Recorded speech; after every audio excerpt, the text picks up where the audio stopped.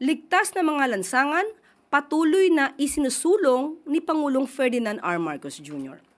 Puspusan ng operasyon ng Land Transportation Office upang masiguro ang panatag na paglalakbay ng mga motorista sa bansa.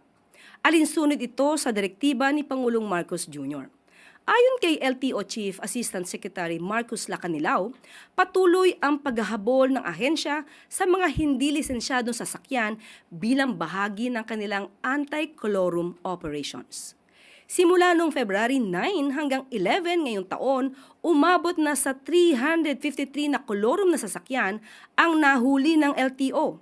Sa nasabing bilang, 107 dito ay na-impound, habang 246 ay isinailalim sa technical impoundment kung saan ang mga plaka lang ng sasakyan ang kinukumpiska ng LTO.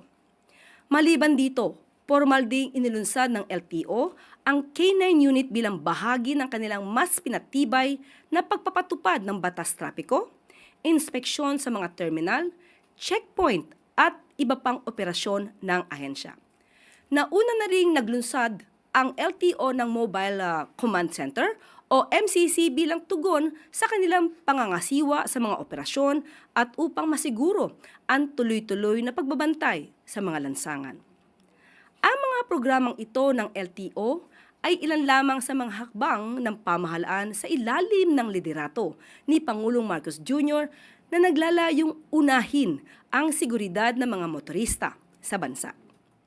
Naniniwala si Pangulong Marcos Jr. na ang kaligtasan ng mga lansangan ay bahagi ng pag-unlad ng bayan na patuloy namang isinusulong sa ilalim ng bagong Pilipinas.